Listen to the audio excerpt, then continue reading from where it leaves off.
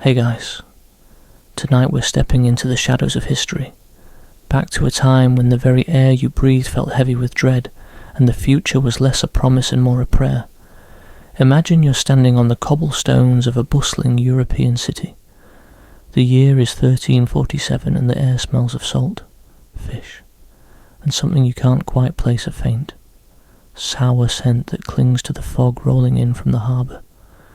You're part of the crowd, jostling for space, your clothes a bit scratchy, your boots caked in mud and something a little less savoury. This is the world as it was, a chaotic, vibrant, and utterly unsuspecting place. Now, I have to give you a quick reality check. You probably wouldn't make it. The hygiene, the medicine, the general vibe, not great. So, before you get comfortable, take a moment to like the video and subscribe, but only if you genuinely enjoy what I do here. Let me know where you're watching from and what time it is for you. Now, dim the lights, maybe turn on a fan for that soft background hum, and let's ease into tonight's journey together. You're at the port of Messina, on the island of Sicily, and it's a bright, blustery day. The year is 1347. The sun glints off the water, and the gulls cry overhead. A sound so familiar it's just part of the background noise. You can feel the energy of the place a constant, buzzing hum of commerce and human activity. The docks are a chaotic symphony of sights and sounds. Ropes creak against wooden masts. Sailors shout orders in a dozen different languages, and the sharp scent of exotic spices mingles with the briny smell of the sea. But today, something is different. A dozen Genoese trading ships have just arrived, their sails tattered from the long voyage from the east. Their arrival should be a cause for celebration. New goods, new opportunities, new stories from distant lands. But as they pull into the harbour, a strange silence falls over the bustling docks. The usual clamour of greetings and bargaining is replaced by a tense, nervous quiet. You squint your eyes, trying to make out the figures on the deck. They're not waving, not smiling, they're just standing there, looking like ghosts. You can see the dark shapes of the sailors, but they move with a weary slowness, as if every step is a monumental effort. A few men from the port authority, their faces etched with concern, row a small boat out to one of the ships. They clamber aboard, and you watch, holding your breath, as a brief, hushed conversation takes place. Then, they come back down, their faces pale with horror. The news spreads through the crowd like a shockwave. The ships are filled with the dying and the dead. Sailors are covered in grotesque black boils, oozing pus and blood. They are delirious, feverish, and their faces are contorted in agony. The few who are still alive whisper of a great pestilence that has followed them from the ports of the Black Sea. This is it. The Black Death has arrived in Europe. For centuries. The plague has been a distant rumour, a terrifying legend whispered by merchants returning from the Silk Road. But now, it is here. You feel a chill that has nothing to do with the sea air. This isn't just a sickness, it's a force of nature, a monstrous unseen enemy. You look at the ships, and they no longer seem like vessels of commerce, but as terrifying floating tombs, carrying a divine punishment across the seas. The officials, acting with a surprising amount of speed, order the ships to leave the harbour immediately. They're to be sent back out to sea, to a watery quarantine. But it's too late. The rats, tiny scurrying agents of death, have already made their way down the mooring ropes and onto the docks. They disappear into the shadows, into the city's underbelly, carrying their deadly cargo of fleas, and those fleas, carrying the Yersinia pestis bacterium, are about to bite. You feel a prickle on your skin, a phantom itch, and you can't help but wonder if one of those tiny insects has just found its way onto your own skin. For days, a sense of quiet dread hangs over Messina. People try to go about their business, but there's a new tension in the air. Then, the sickness begins to appear. Not a lot at first, just a few isolated cases. An old fisherman collapses in the street, his body racked with a sudden violent fever. A baker, known for his jolly laugh, doesn't open his shop one morning, and a few hours later, his family is found huddled together, already showing the first terrible signs of the disease. The first sign is the fever, a burning, consuming heat that leaves you weak and disoriented. Then come the chills, a shivering so intense it feels like your bones are rattling in your skin. The cough is next, dry and painful at first, then racking your chest with every breath. You're watching from a distance, but the sounds of the sickness are unmistakable and the ragged. Desperate gasps, the moans of pain, but the most terrifying symptom, the one that gives the disease its name, is the buboes, the grotesque, black boils that swell in the groin, the neck, and the armpits. They can be the size of an apple, hot and hard to the touch, filled with pus and blood. They are a physical manifestation of the invisible enemy, a terrible and warning sign that your body has already surrendered. You hear stories of people waking up in the morning with a bubo the size of an egg, and by nightfall, they are dead. The buboes are a stark, visual horror, a clear and present sign of the divine punishment that has come upon the land. You see the people of Messina, your neighbours and friends, react in different ways. Some turn to prayer, kneeling in the streets, begging for divine mercy. Others give in to despair, drinking and feasting as if every day is their last. A very few try to reason it out, to find a logical explanation for what's happening. But in a world where everything is seen through the lens of faith, their words are lost in the clamour of panic and superstition. The prevailing belief, whispered in hushed tones, is that this is a punishment from God. The sins of mankind have grown too great, and this is the wrath of the heavens, unleashed upon the earth. A terrible judgment has been passed, and there is no escape. This belief in divine punishment is a crucial part of the story. In a world without germ theory, without a scientific understanding of disease, people turn to the only framework they had, religion. The plague wasn't a biological phenomenon, it was a moral one. It was a sign of God's displeasure, and the only way to survive was to repent, to beg for forgiveness, and to purify the community of sin. This religious interpretation is what will drive so much of the terrible, misguided action that follows. As the days turn into weeks, the death toll climbs exponentially. The city becomes a place of mourning. The sound of church bells, once a comforting part of the daily rhythm, now tolls constantly, marking the passing of another soul. The grave diggers, at first overwhelmed, now simply toss bodies into massive, open pits outside the city walls. The air is thick with the sweet, sickening smell of decay, a smell that you can't escape no matter where you go. The doctors, using the medical knowledge of the time, are utterly helpless. They try all sorts of bizarre and ineffective remedies. You see one physician, his face hidden behind a strange, beak-like mask filled with herbs, prescribing a remedy made of dried toad powder and crushed emeralds. Another suggests that the plague is caused by bad air miasma and advises people to carry posies of flowers or light fragrant fires in the streets. You can't help but be struck by the grim futility of it all. It's like trying to stop a tidal wave with a bucket. Historians still debate whether these doctors truly believed their own theories, or if they were simply trying to offer some semblance of hope in a world that had none. What is certain is that their cures had no effect, and they were just as likely to die as their patients. A strange and terrible detail from this time is the sudden increase in the population of stray dogs and cats. As people died, their pets were left to fend for themselves, roaming the deserted streets like spectral guardians of a city that was slowly dying. You see a gaunt, shivering dog nosing at a body slumped in an alleyway, a haunting image that will stay with you long after the plague has passed.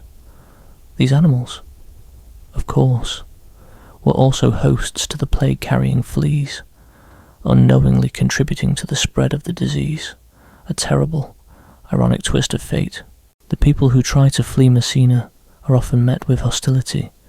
The surrounding towns and villages, terrified of the contagion, turn away anyone coming from the city. They set up barricades and post armed guards, their fear palpable and absolute. You see a family, their cart piled high with what few possessions they could carry, pleading at a checkpoint, their pleas falling on deaf ears. They are forced to turn back, condemned to face the sickness they tried so desperately to escape. This isolation, this breakdown of human empathy, is a sign of what is to come. The plague isn't just killing people, it's destroying the very fabric of society. You're watching the first terrible acts of fear and desperation unfold.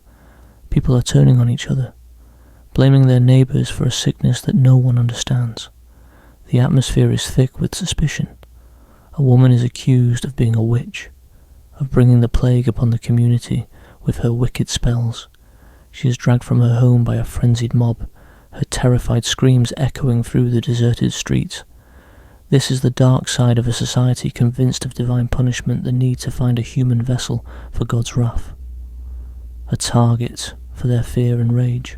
This is just the beginning. The plague will not stay confined to the port cities. From Messina, it will spread to the rest of Italy, then to France, Spain, and beyond. It will move with a terrifying speed, carried by merchants, pilgrims, and soldiers, following the well-worn trade routes of Europe. The silent punishment, brought by rats and fleas, has just begun its long, terrible march across the continent. The world you know is about to be turned upside down. The plague's arrival in Messina was a whisper, but its spread through the rest of Europe was a scream. The ships that were turned away, carrying their cargo of death, simply sailed to other ports. You imagine them, spectral vessels of divine punishment, making their way up the coast of Italy, a trail of pestilence in their wake. Genoa, Venice, Pisa, one by one, these great trading cities, the hearts of European commerce, fall silent. The disease spreads along the trade routes, moving with a horrifying speed that leaves people no time to prepare, no time to understand. You watch as the terror, once a distant rumour, becomes a cold, hard reality on your doorstep. You are now in Florence, the jewel of Tuscany, a city of art and commerce and incredible human vitality. But that vitality is quickly being replaced by a chilling stillness. The narrow streets, once overflowing with merchants, artisans, and poets, are now eerily quiet. The sounds of daily life, the ringing of church bells, the clamour of the markets, the chatter of 1,000 conversations have faded to a low, mournful hum. You walk through the Piazza della Signoria, and it feels as if a great hand has wiped away half the people. It's like a macabre version of a bustling marketplace, where half the stalls have simply vanished. Their owners gone. The terror of the initial wave is palpable. It's not just the fear of getting sick, it's the fear of what the sickness does to people. You see a man, once a robust weaver, now lying in the gutter, his body twisted in agony, his face a mask of delirious pain. His buboes are so swollen and black that they look like lumps of coal under his skin. He coughs. A rattling, wet sound, and a fine mist of blood sprays onto the cobblestones. You instinctively back away, your heart pounding in your chest. The plague doesn't just kill you, it dehumanizes you first, turning you into a grotesque, agonizing spectacle. People are desperate, and desperation breeds a terrible sort of creativity. The doctors, still operating under the theory of miasma, or bad air, try to fight the plague with scent. The smell of death is everywhere, and people believe that a stronger, more pleasant smell can push it back. You see street vendors selling posies of fragrant herbs and flowers, lavender, rosemary, thyme. People press them to their noses as they walk, a tiny, futile shield against a killer they can't see or smell. They light bonfires in the streets, burning fragrant wood and resins, trying to purify the air. The smoke hangs over the city like a pall, a constant reminder of the unseen enemy. Then there are the remedies, a collection of bizarre and often terrifying concoctions. You hear of a doctor prescribing a cure made from crushed emeralds and dried frog legs. Another suggests applying live chickens to the buboes, hoping the chicken will draw out the disease. You see a man selling a miracle cure that consists of nothing more than watered-down wine and a pinch of dirt. A few people buy it, their eyes filled with a desperate, pathetic hope. You shake your head, struck by the profound helplessness of it all. This isn't just a physical battle, it's a psychological one, and the plague is winning on both fronts. But the most chilling reaction to the plague is the terrible, misguided search for a scapegoat. The belief that the plague is a divine punishment for sin quickly turns into a search for the sinners, who has angered God so much. The question is answered with a terrible, unthinking certainty. The Jews, they are a minority, already viewed with suspicion, and now, in the grip of mass hysteria, they are blamed for poisoning the wells and spreading the plague. You witness the beginning of a truly horrifying period of persecution. It starts with whispers, then grows into a roar. You hear a priest giving a sermon, his voice filled with a terrible, righteous fury, saying that the plague is a sign of God's wrath, and that the Jews, in their wickedness, are the instrument of that wrath. You see pamphlets being distributed, crude woodcuts showing Jews in grotesque caricatures, pouring poison into a town's water supply. The fear and desperation of the people turn into a mob, and the mob turns into an engine of hate. You stand on the edge of the crowd, your stomach churning, as they march toward the Jewish quarter. What follows is an unimaginable horror. You see the angry, torches-wielding mob, their faces contorted with a terrible, self-righteous rage. They don't just kill, they torture. Convinced they are doing God's work, they drag Jewish families from their homes, innocent people who are just as terrified of the plague as anyone else. They accuse them of a crime they could not possibly have committed, and their denial only fuels the mob's fury. You see the terrible, cold violence unfold. Homes are set ablaze, synagogues are desecrated, and innocent people are slaughtered in the streets. It is a mass hysteria, a collective madness driven by fear and a twisted sense of divine justice. A little-known fact is that even the Pope, Clement VI, tried to stop these pogroms. He issued several papal bulls, official decrees, condemning the violence against the Jews and stating that they were dying from the plague, just like everyone else. He even threatened to excommunicate those who continued the massacres. His efforts, while sincere, were largely ignored. The mob, convinced of its own righteousness, had no time for a reasoned pleas from a distant authority. They believed they were purifying the world of sin, and no one, not even the Pope, could stop them. This shows how deeply the fear of divine punishment had taken root, overriding even the highest moral and religious authority. The flagellants are another strange and terrifying manifestation of this belief in divine punishment. These are groups of men, and they were almost exclusively men who would travel from town to town, whipping themselves in public as a form of penance.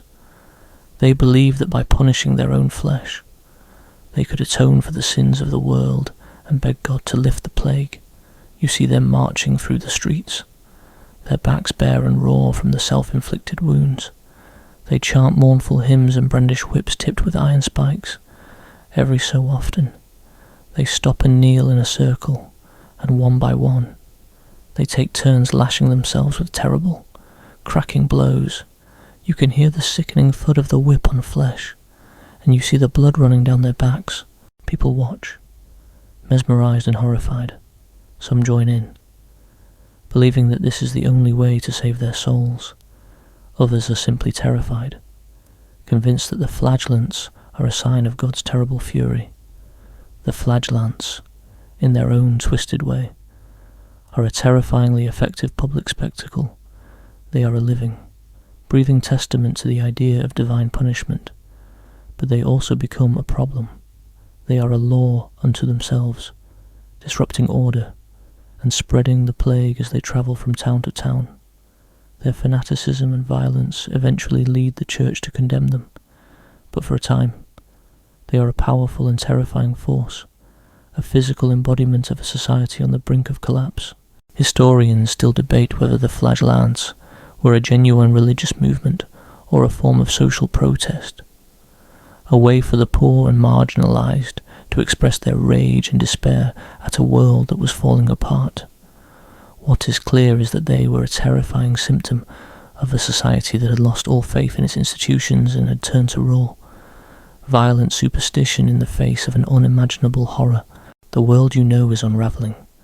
The social contract, the unwritten rules that govern how people live and interact, is breaking down. You see it everywhere. Merchants refuse to accept coins from people who look sick.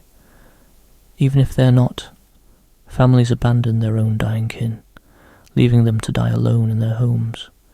You see a mother, her face a mask of grief and fear, leaving her sick child on a street corner, a terrible choice made in the name of self-preservation.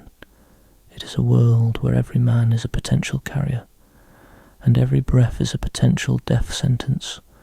The social fabric, so carefully woven over centuries, is being torn apart with a horrifying speed. But amidst the horror, there are moments of dark comedy, a grim humour that provides a fleeting release from the overwhelming despair. You see a man, a professional physician who has clearly given up, selling a cure that he claims will stop the plague in its tracks. He holds up a small vial of clear liquid and proclaims, "This, my friends, is bottled divine mercy." A woman in the crowd shouts, "What is it?" He looks her in the eye, shrugs and says, "It's water from the river, but it's been blessed, and besides, at this point, what have you got to lose?" A few people even laugh, a short, bitter sound that is quickly swallowed by the silence.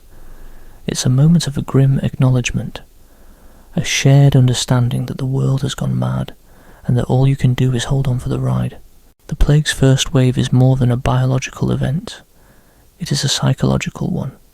It's a direct assault on the human spirit, on the very notion of community and shared humanity. It strips away the pretense of civilization and reveals the raw, terrified core beneath, and you, a silent witness, are watching it all unfold, knowing that this is just the beginning. The worst is yet to come. The initial shock is over, and now comes the long, slow, and grinding process of a society breaking apart. The first wave of the plague has torn through the cities, leaving a trail of devastation. But now you find yourself in the countryside. The initial shock has worn off, replaced by a grim, bone-deep dread. You're part of a small group, a handful of survivors who have made the desperate choice to flee the city. The city, once a place of safety and community, has become a tomb. The air is still thick with the smell of death, and the silence is deafening, punctuated only by the occasional mournful tolling of a distant church bell. You've left it all behind: your home, your neighbours, the life you knew, and you are now walking, just walking, on roads that are no longer safe. The countryside, you discover, is no sanctuary. The plague has followed you. It doesn't need city walls to spread. It follows the people, a silent stalker moving from village to village, farm to farm. You pass a small hamlet, and it feels like a ghost town. The doors of the houses are flung open, and you can see half-eaten meals still on the tables, as if the inhabitants simply vanished mid-bite. A cart, half loaded with hay, stands abandoned in the middle of a field, a testament to a life interrupted. You see a family of farmers, their bodies huddled together in the dirt, their faces frozen in a final moment of terror. The sight is both heartbreaking and chilling. The plague, you realise, is not just a city problem. It is a human problem. It doesn't care about social status or where you live. It is a divine punishment for all mankind. One of the more macabre details from this time is the sudden obsession with plague doctors. You see them in the more well-to-do towns you pass through, their distinctive, terrifying silhouette a sign that the sickness is near. They wear long, dark robes and strange, beak-like masks. The beaks are filled with fragrant herbs, rosemary, mint, myrrh believed to ward off the miasma, the bad air that was thought to cause the plague. They carry a wooden stick, which they use to examine the sick without touching them. They look less like healers and more like harbingers of death. And for many people, the sight of a plague doctor was the last thing they ever saw. You see one of these doctors, his strange mask making him look like a giant crow, prodding a sick man with his stick. He is talking to the man's family, his voice muffled by the mask, giving them a list of bizarre and useless remedies. He advises them to light a fire in the room, to make the air clean. He tells them to rub the man's buboes with a live chicken to draw out the disease. He tells them to drink a potion made of vinegar and crushed herbs. The family, desperate and terrified, nods along, their eyes filled with a pitiful hope. You can't help but feel a pang of pity for both the sick man and his family, and a sort of grim amusement at the absurdity of the cure. Another terrible consequence of the plague's spread is the breakdown of the very notion of a family. The bonds of blood and love, which once seemed unbreakable, are now fraying under the strain of fear. You see brothers and sisters abandoning each other, husbands and wives refusing to care for their sick spouses, parents, gripped by a primal terror, leave their dying children to die alone. A terrible choice made in the name of self-preservation. It is a grim testament to the power of fear to corrupt even the deepest of human emotions. A little-known fact is that this abandonment was so widespread that cities had to create special orphanages for children whose parents had either died or abandoned them. It was a new and terrible problem, and no one knew how to solve it. The poor and the marginalised are hit the hardest. They live in crowded, unsanitary conditions, where the plague spreads with terrifying speed. You pass a small peasant village, and the smell of death is overwhelming. The bodies of the dead are left in the streets, too numerous for the living to bury. The few survivors are gaunt and hollow-eyed, their faces etched with grief and despair. The rich, you notice, have fared slightly better. They have the luxury of fleeing to their country estates, of isolating themselves from the contagion, but even they are not safe. You hear a story of a wealthy lord who fled his castle with his family, only to have the plague follow them, claiming them one by one. The plague, it seems, is a great equalizer, a divine punishment that touches everyone, from the lowliest peasant to the most powerful lord. The fields, once bursting with life and the promise of a bountiful harvest, are now overgrown and unkempt. The crops are rotting in the fields, and the cattle roam free, their lowing a mournful, hungry sound. The economy, which was already struggling, has come to a grinding halt. There are no labourers to work the fields, no merchants to trade the goods. The very foundations of society are crumbling. You see a group of men, once prosperous farmers, now reduced to beggars, their hands held out to anyone who passes by. They are not just hungry, they are broken, their spirit gone. This is a society in the throes of a terrible, slow-motion collapse. Amidst this terrifying chaos, some people turn to a sort of hedonistic fatalism. If God is punishing us all, and there is no escape, why not enjoy the time we have left? You see groups of people in the villages, drinking and singing and laughing with a forced, manic gaiety. They are feasting on the food that has been left behind, wearing the clothes of the dead, living for the moment. They have given up on the idea of a future, and they are living out their last days in a fevered, desperate celebration. It is a grim, heartbreaking sight, a sort of collective madness born of an overwhelming despair. They are living a lie, and you know it. They are trying to outrun their fate, but they are only running in place. Historians still debate whether this hedonism was a genuine response to the plague, or a narrative created by moralizing chroniclers to show the breakdown of social order. What is undeniable is that the plague created a sense of carpe diem that was both exhilarating and terrifying. It was a world where people felt they had nothing to lose, and they acted accordingly. The old rules, the old morality, seemed to have no meaning in a world where death was a constant. Looming presence, you're watching the very notion of community break down. People are suspicious of their neighbours, of strangers, of anyone who might be carrying the disease. You feel it yourself. You keep your distance from others, your eyes constantly scanning for the telltale signs of the sickness, the feverish pallor, the ragged cough, but you don't know who to trust, and you are terrified to form any connections, to get close to anyone, knowing that they might be a carrier. This loneliness, this profound isolation, is another one of the plague's terrible punishments. It doesn't just kill the body, it kills the soul, leaving you alone in a world full of strangers. The lack of understanding about the disease makes the terror even worse. People believe it's caused by the alignment of the planets, or an earthquake that released poisonous fumes from the earth, or the malevolent gaze of a distant witch. They are grasping at straws, trying to find some logical explanation for a horror that defies all reason, and in their ignorance, they do all the wrong things. They quarantine the healthy with the sick.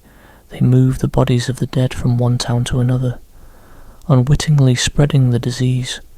They burn down houses and businesses, believing they are purifying them, but only succeeding in adding to the chaos. The divine punishment, you realize, is not just the plague itself. It's the profound lack of knowledge that makes the plague even more deadly. The journey continues, a long, slow march through a broken land. You are surrounded by death and despair, but you are also surrounded by something else as strange, defiant hope. The few people who have not succumbed to the sickness or the madness are clinging to life with a fierce, stubborn will.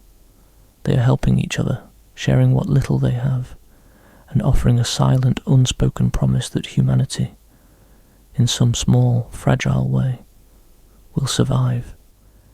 It's a tiny flicker of light in a vast, overwhelming darkness, and you find yourself holding on to it, a small measure of comfort in a world gone mad. But for now, the journey continues, and the plague is still on your heels, a silent, unseen enemy that may, at any moment, strike you down. As the plague continues its relentless march, you find yourself in the heart of the great cataclysm. The first waves of panic have subsided, replaced by a grim new reality. The terror is no longer about the suddenness of death, but about its sheer, overwhelming scale. You're walking through a landscape where the living are outnumbered by the dead, and the air is thick not just with the smell of decay, but with a profound, soul-crushing silence. The bells have stopped tolling, not because the dying has ceased, but because there is no one left to ring them. You pass by a church, its doors ajar, and you see the skeleton of a man in the bell tower, his hand still on the rope. It's a chilling monument to the terrible efficiency of the plague. The world you knew has been turned upside down, and the rules of society are no longer relevant. The old social order, a rigid hierarchy of lords and peasants, is crumbling under the weight of death. You see the signs of this everywhere. A wealthy lord, who once commanded hundreds of serfs, now wanders his deserted lands alone, his servants all gone, either dead or fled. He looks at you with a mix of fear and desperation. His finely embroidered clothes a pathetic contrast to the emptiness of his eyes. There are no labourers to work his fields, no one to tend his animals. His wealth, once a source of power, is now a meaningless burden. The peasants, the few who have survived, suddenly find themselves in a position of power. The labour shortage is so severe that they can demand higher wages and better conditions. You see a small group of them, their faces grim, but their eyes holding a new, defiant spark. They are refusing to work for the old wages, and the landowners, with no one else to turn to, are forced to agree. This is a fundamental shift, a quiet revolution born not of protest, but of necessity. The plague, in its terrible fairness, has broken the chains of serfdom and given the working class a newfound leverage. It is an ironic and terrible gift from a divine punishment. A curious little-known fact is that this massive labour shortage led to an unexpected boom in certain industries, with so many people gone.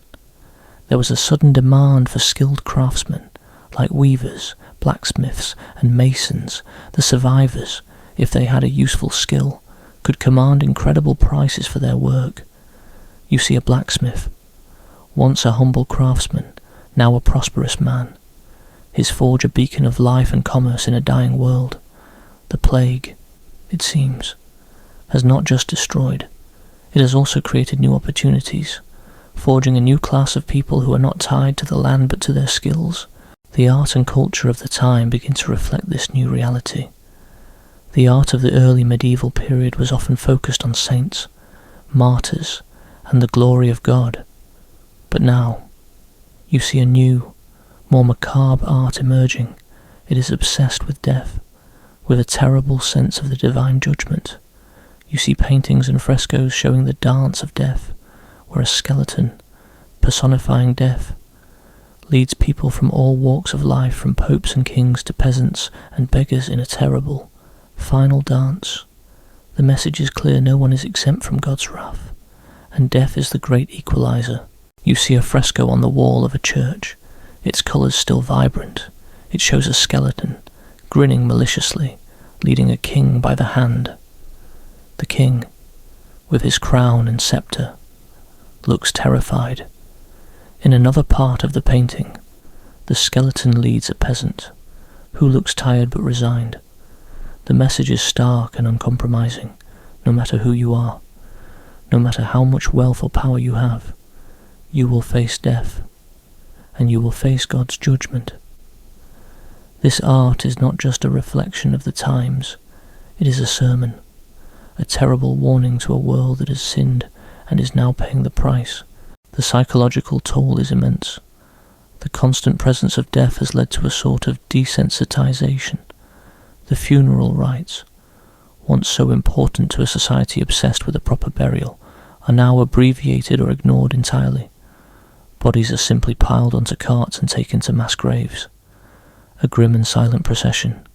You see a man, his face blank and emotionless, pushing a wheelbarrow filled with the bodies of his family members. He doesn't cry, he doesn't speak, he just pushes the wheelbarrow, his eyes fixed on some distant, unknown point. The human capacity for grief has been exhausted, replaced by a terrible, empty numbness.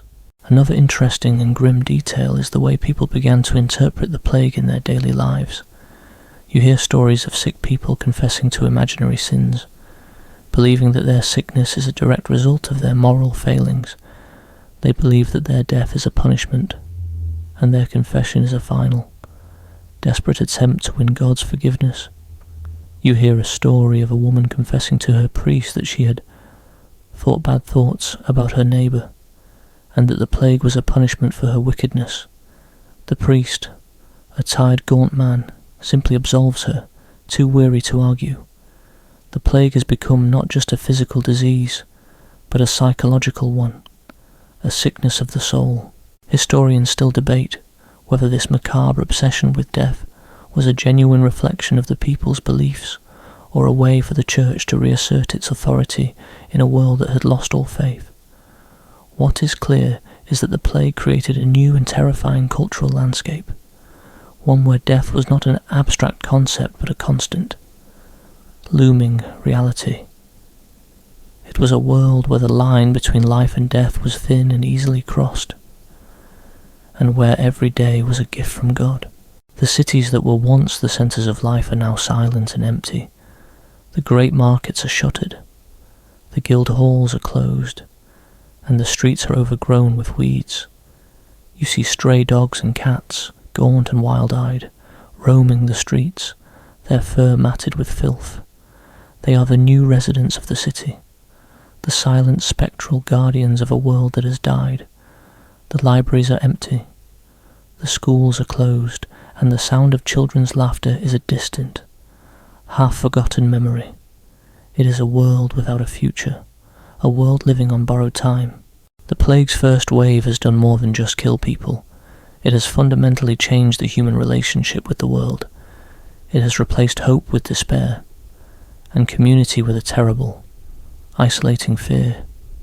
But in this destruction, there is also the seed of something new. The old hierarchies are gone.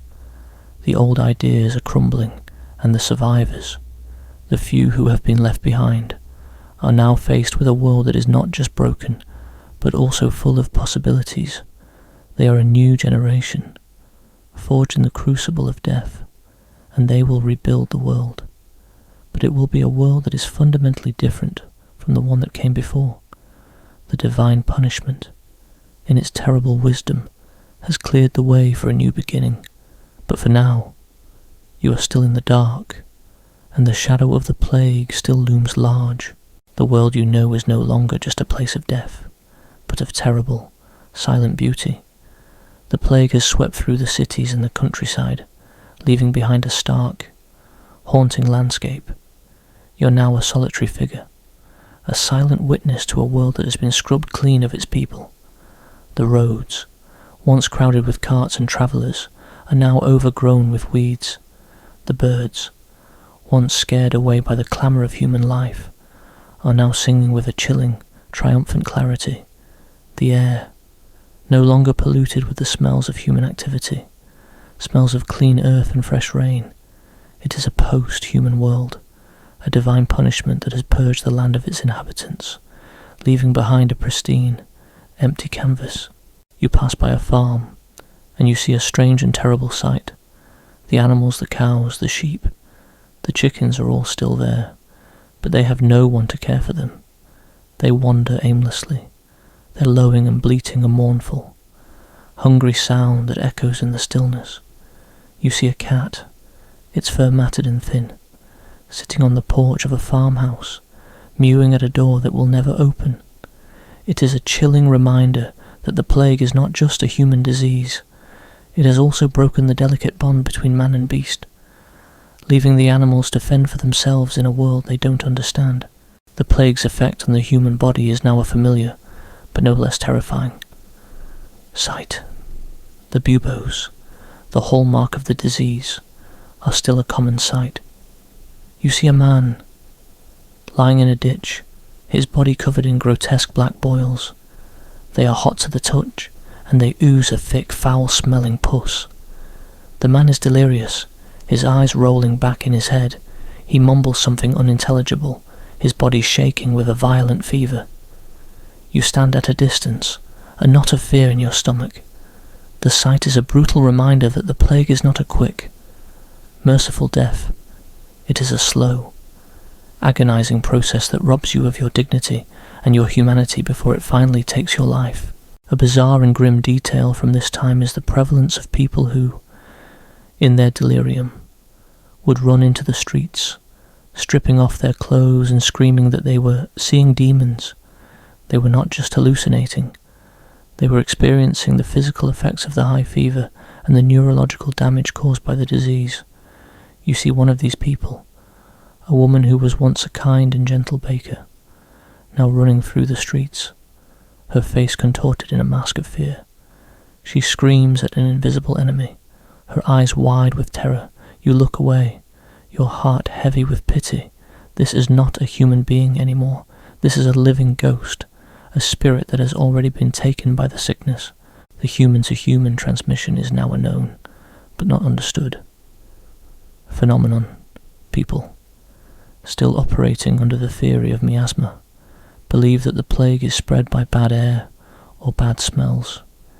You see a person, their face covered with a rag soaked in vinegar, holding their breath as they pass by a sick person.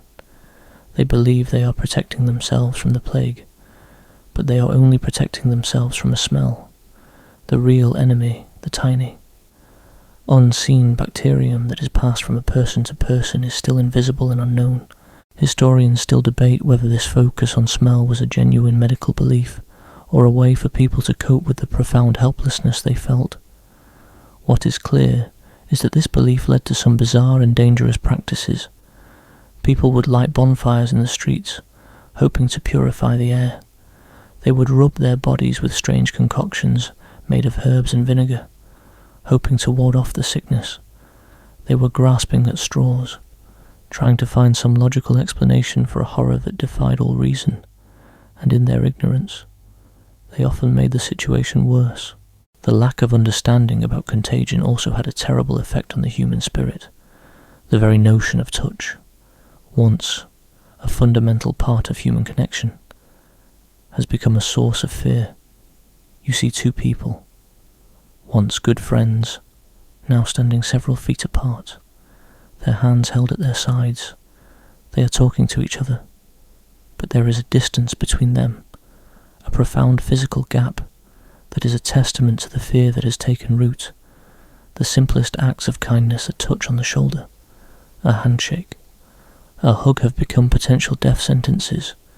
The divine punishment, you realize, is not just the plague itself, it is the profound, isolating loneliness it has created. You are a stranger in your own land.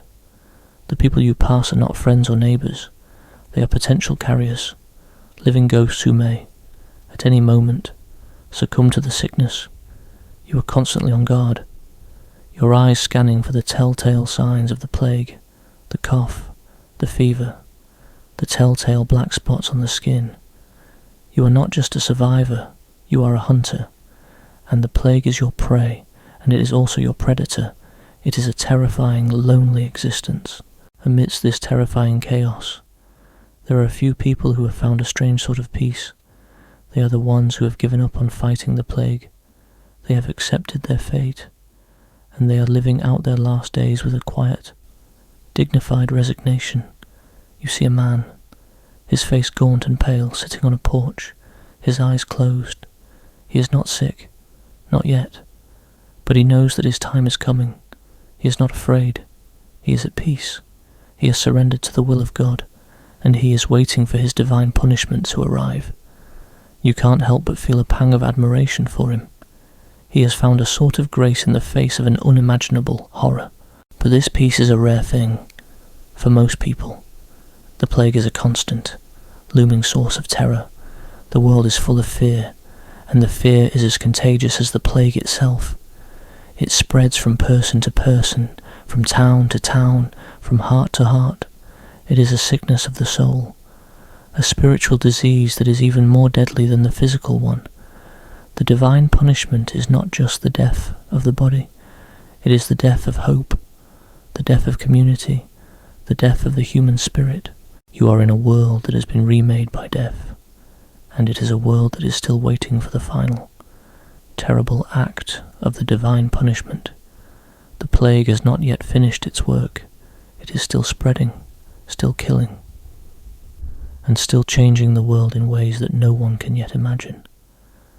You are a ghost, a silent witness to a great cataclysm, and you are waiting for the final act of this terrible, terrifying play. The world you inhabit is now a gallery of macabre art, a living museum of mortality. The terror of the plague has been so pervasive that it has seeped into the very soul of the survivors, manifesting in the art and literature of the time. The focus has shifted from the glory of God and the lives of the saints to a stark, unblinking examination of death. You find yourself in a town that, by some miracle, has a few artists and sculptors left, and you see their work everywhere. It's a sombre, terrifying reflection of a world that has been irrevocably changed by a divine punishment. The most famous of these artistic themes is the Danse Macabre, or the Dance of Death. You see a fresco on the wall of a cemetery, its colours still vibrant despite the years of neglect. It depicts a grinning skeleton, personifying death, leading people from all walks of life, a king, a pope, a merchant, a peasant in a grim, unending dance. The message is clear and uncompromising. Death is the great equalizer. No amount of wealth, power or piety can save you from its grasp. The king, with his crown and sceptre, looks terrified, while the peasant, with his worn clothes and weary face, looks resigned. This art is not meant to be beautiful. It is meant to be a sermon a terrifying reminder of human fragility and the futility of earthly power in the face of God's judgment. Another common artistic theme is the triumph of death. You see a painting in a deserted church, its canvas filled with a terrifying scene. A skeletal figure, riding on a horse, is mowing down people with a scythe. The ground is littered with the bodies of the dead. Their face is frozen in a final moment of agony. The skeletal figure is not just a killer, it is a conqueror, and its triumph ever is complete. This art is a visual representation of the world as you know it, a world where death is not just a part of life, but the dominant force, a terrifying conqueror that has laid waste to everything you once held dear. The art is not just a reflection of the times, it is a form of coping, a way for the survivors to process the unimaginable horror they have witnessed. By personifying death, by giving it a face and a form, they are trying to make it understandable, to make it something they can confront. But you know the truth, the plague is not a skeleton with a scythe. It is an unseen enemy, a silent, invisible killer that is even more terrifying because it cannot be fought with a sword or a shield. The art, for all its power, is just a distraction from the true horror of the divine punishment. A little-known fact is that this obsession with death also led to a new genre of literature, ars moriendi, or the art of dying. These were texts that provided guidance on how to die a good death. They included prayers, instructions on how to confess your sins, and advice on how to prepare for the afterlife. The focus was on ensuring that you were spiritually prepared for your final moment, that you were ready to face God's judgment with a clean soul. You see a copy of one of these texts in a deserted library, its pages filled with intricate illustrations of angels and demons fighting over a dying man's soul. The message is clear: death is not the end, it is a new beginning, a final, terrifying test of your faith. Historians still debate whether this art and literature were a genuine reflection of the people's beliefs, or a way for the church to maintain its authority in a world that had lost all faith. What is clear is that the plague created a new and terrifying cultural landscape, one where death was not an abstract concept, but a constant, looming reality. It was a world where the line between life and death was thin and easily crossed, and where every day was a gift from God. You are a silent witness to a great cultural shift. The old ideas, the old beliefs, are crumbling under the weight of death. The people you knew, the merchants, the peasants, the priests are all gone, and the new generation, the few who have survived, have a different way of looking at the world. They are more cynical, more fatalistic, and more obsessed with death. They have seen the worst of humanity, and they have seen the terrible divine punishment that has been inflicted upon them. They are a new breed of people, and they will rebuild the world. But it will be a world that is fundamentally different from the one that came before. Amidst the horror, you stumble upon a moment of grim humour. You see a small boy, no older than 7, who is playing a game with his friend. They are using sticks to draw pictures in the dirt. One of the pictures is a skeleton, and the boy is making it dance. He is humming a jaunty little tune, and he is making the stick figure of the skeleton twirl and jump. The sight is both heartbreaking and chilling. The children have grown up in a world where death is a constant, looming presence, and they have learned to make a game out of it. They have lost their innocence, and you can't help but wonder what kind of people they will become. The plague has not yet finished its work. It is still spreading, still killing, and still changing the world in ways that no one can yet imagine. You are a ghost, a silent witness to a great cataclysm, and you are waiting for the final act of this terrible, terrifying play. The world has been remade by death, and it is a world that is still waiting for the final, terrible act of the divine punishment. The plague has not yet finished its work. It is still spreading, still killing, and still changing the world in ways that no one can yet imagine.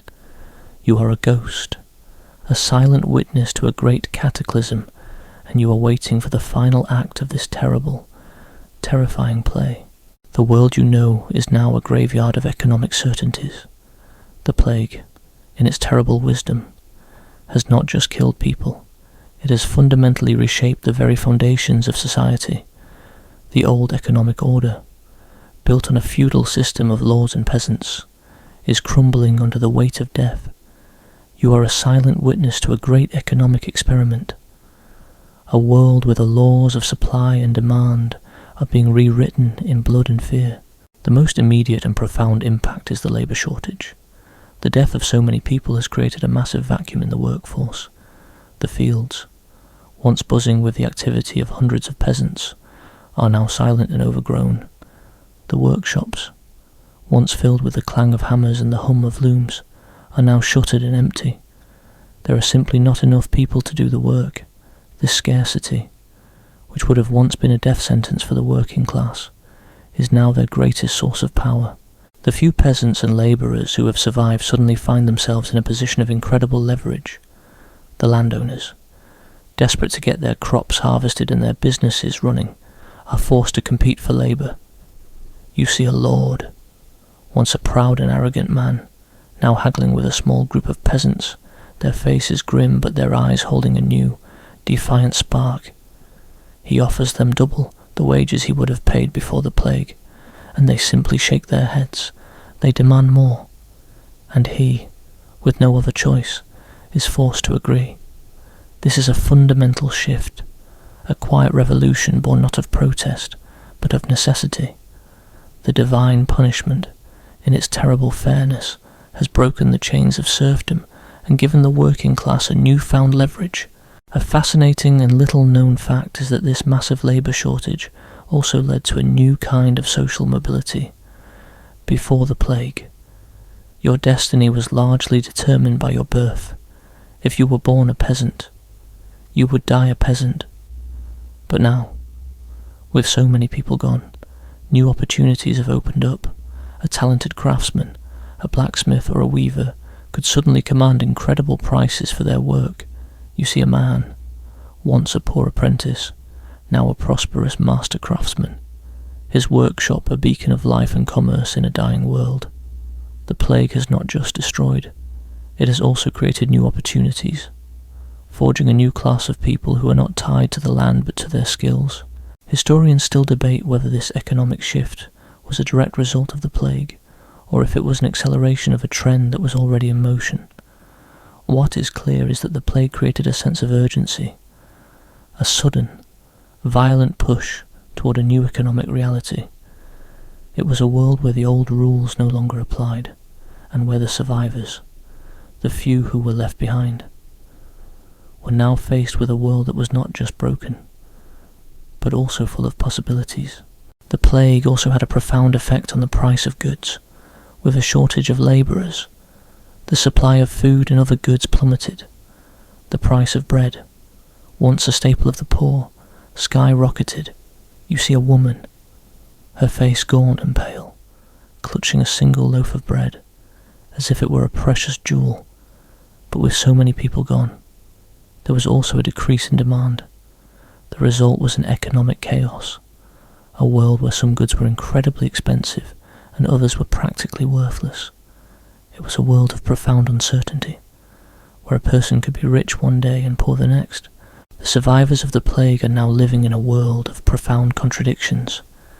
They are surrounded by death and despair, but they are also surrounded by new opportunities. They have lost their loved ones, their homes, their sense of security, but they have also gained something, a new kind of freedom. They are no longer bound by the rigid social hierarchies of the past. They are free to move, to work, to create their own destiny. This is a terrifying, but also exhilarating prospect.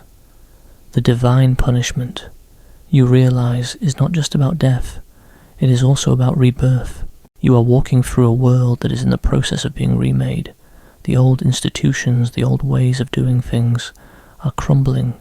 The power of the lords is waning, and the power of the people is rising.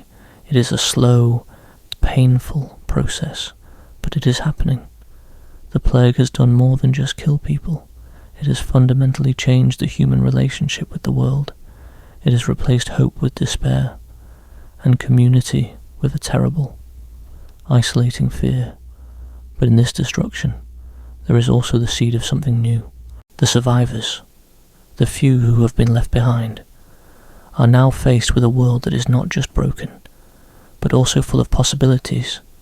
They are a new generation, forged in the crucible of death, and they will rebuild the world. But it will be a world that is fundamentally different from the one that came before. The divine punishment, in its terrible wisdom, has cleared the way for a new beginning.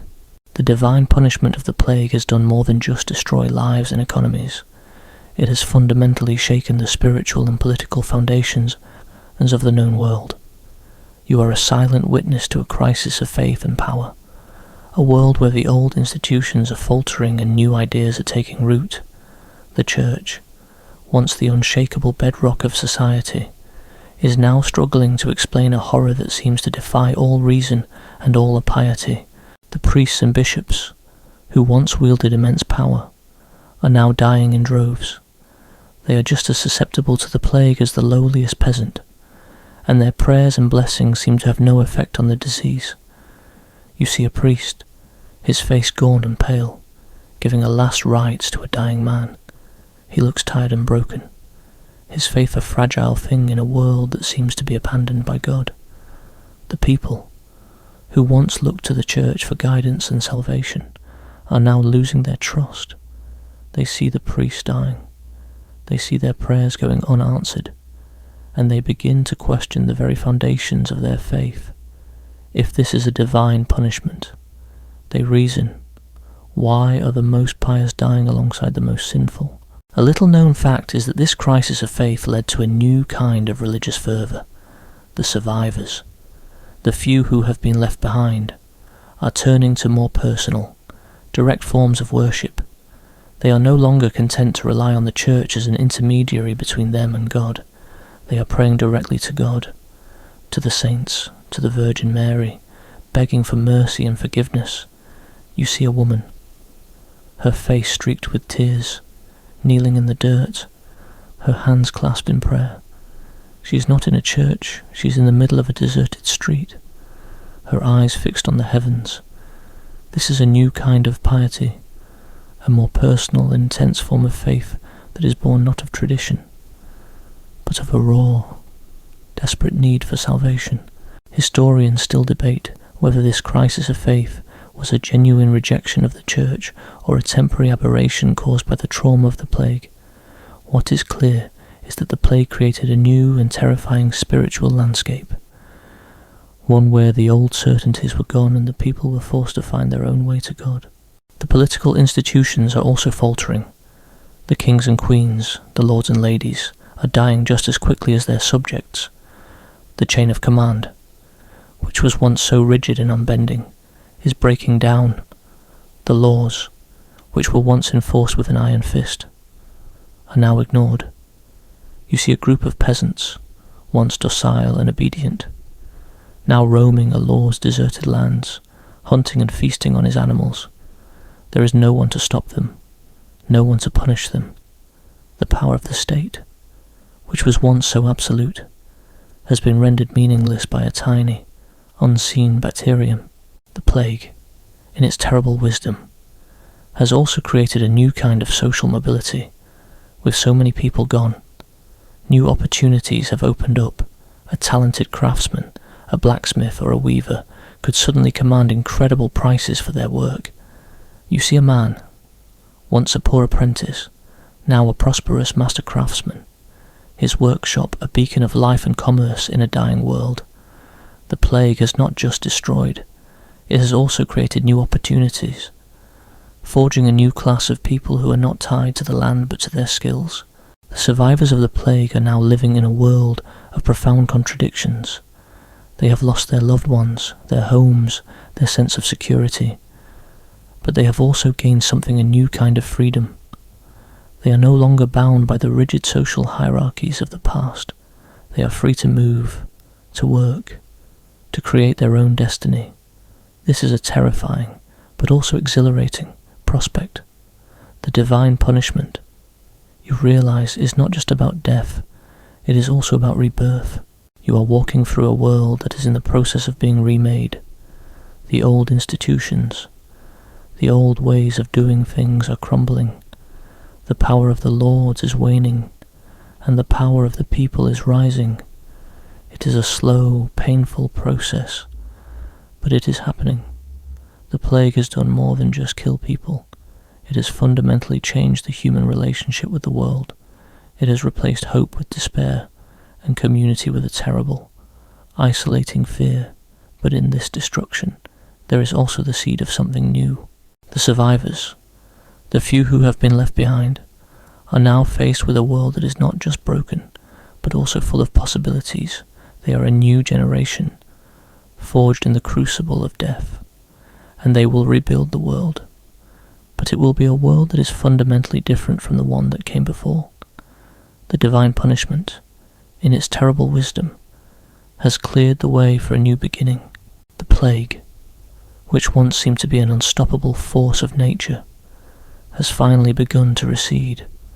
The death toll, which was once a constant, terrifying presence, has slowed to a trickle. The world is not yet safe, but the worst of the divine punishment seems to be over. You are a silent witness to the dawn of a new era, a world forged in the crucible of death, and you are watching the survivors, the few who have been left behind, emerge from the shadows and begin to rebuild. The survivors are not the same people who entered the plague. They are scarred, but they are also resilient. They have seen the worst of humanity, and they have seen the terrible divine punishment that has been inflicted upon them. They are a new breed of people, more cynical, more fatalistic, but also more pragmatic. They have learned a terrible lesson that life is fragile, and that death can come at any moment. They are no longer content to live by the old rules. They are determined to create a new world, one that is more just, more equitable, and more suited to their needs. The most immediate change is the death of the old hierarchies. The feudal system, which was built on a rigid social structure of lords and peasants, is now a thing of the past. The labour shortage is so severe that the peasants, the few who have survived, suddenly find themselves in a position of incredible leverage. They can demand higher wages, better conditions, and more freedom. You see a group of them, their faces grim but their eyes holding a new, defiant spark. They are refusing to work for the old wages, and the landowners, with no other choice, are forced to agree. This is a fundamental shift, a quiet revolution born not of protest, but of necessity. A curious little-known fact is that this massive labour shortage also led to an unexpected boom in certain industries, with so many people gone. There was a sudden demand for skilled craftsmen, like weavers, blacksmiths, and masons, the survivors, if they had a useful skill, could command incredible prices for their work. You see a blacksmith, once a humble craftsman, now a prosperous man, his forge a beacon of life and commerce in a dying world. The plague has not just destroyed, it has also created new opportunities, forging a new class of people who are not tied to the land but to their skills. Historians still debate whether this economic shift was a direct result of the plague, or if it was an acceleration of a trend that was already in motion. What is clear is that the plague created a sense of urgency, a sudden, violent push toward a new economic reality. It was a world where the old rules no longer applied, and where the survivors, the few who were left behind, were now faced with a world that was not just broken, but also full of possibilities. The survivors of the plague are now living in a world of profound contradictions. They have lost their loved ones, their homes, their sense of security, but they have also gained something, a new kind of freedom. They are no longer bound by the rigid social hierarchies of the past. They are free to move, to work, to create their own destiny. This is a terrifying, but also exhilarating prospect. The divine punishment, you realize, is not just about death, it is also about rebirth. You are walking through a world that is in the process of being remade. The old institutions, the old ways of doing things, are crumbling.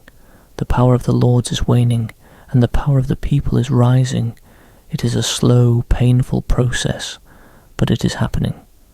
The plague has done more than just kill people. It has fundamentally changed the human relationship with the world.